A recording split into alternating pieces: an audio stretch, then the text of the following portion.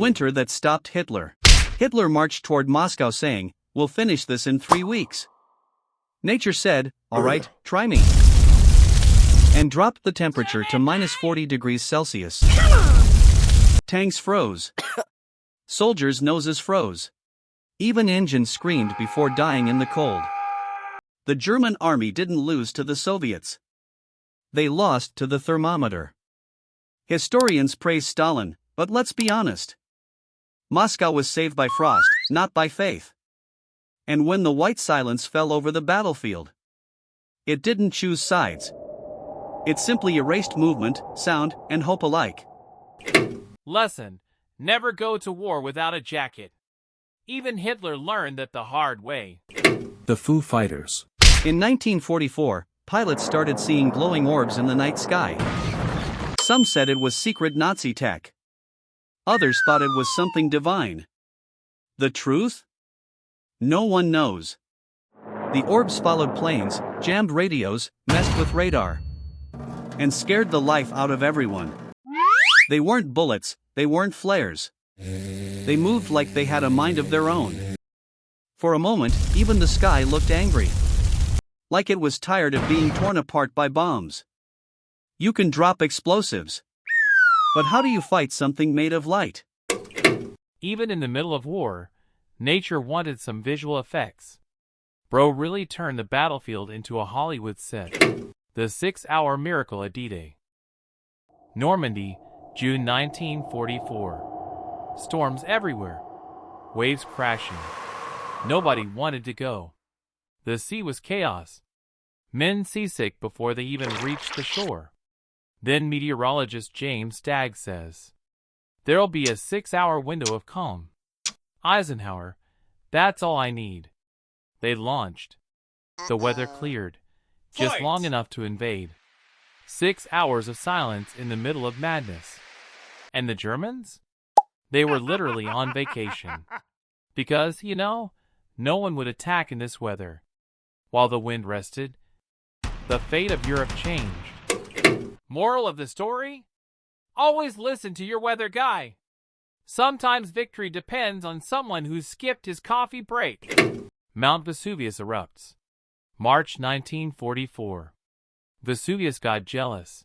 Nobody was talking about it. So it exploded.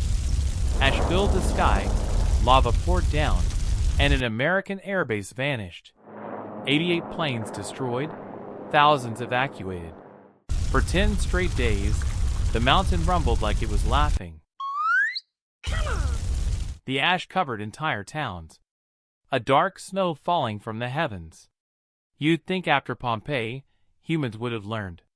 But no, they built another base right next to it. Some lessons just take longer to burn in. The Divine Wind. 1944.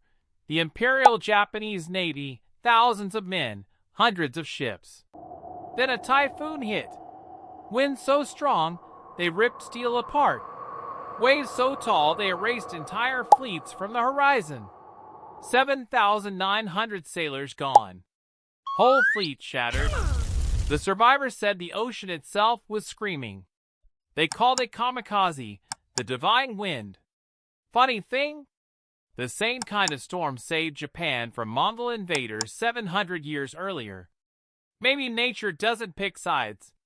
Maybe it just likes reruns. When a typhoon enters the scene, everyone else becomes background actors. Ships? Props. People? Extras. The sandstorm that blinded an entire battlefield. 1942, the North African front. Tanks were clashing, planes were diving. Rommel's forces and the Allies locked in a steel-on-steel desert brawl.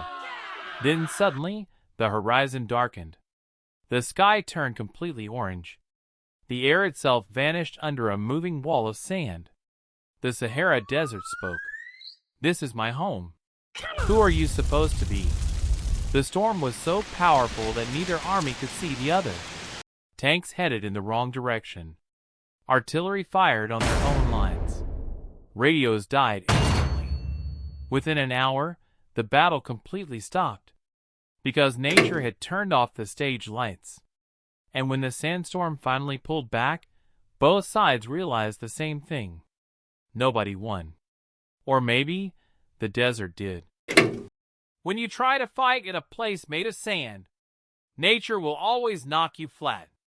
Sometimes a single gust of wind commands the battlefield, better than any general ever could.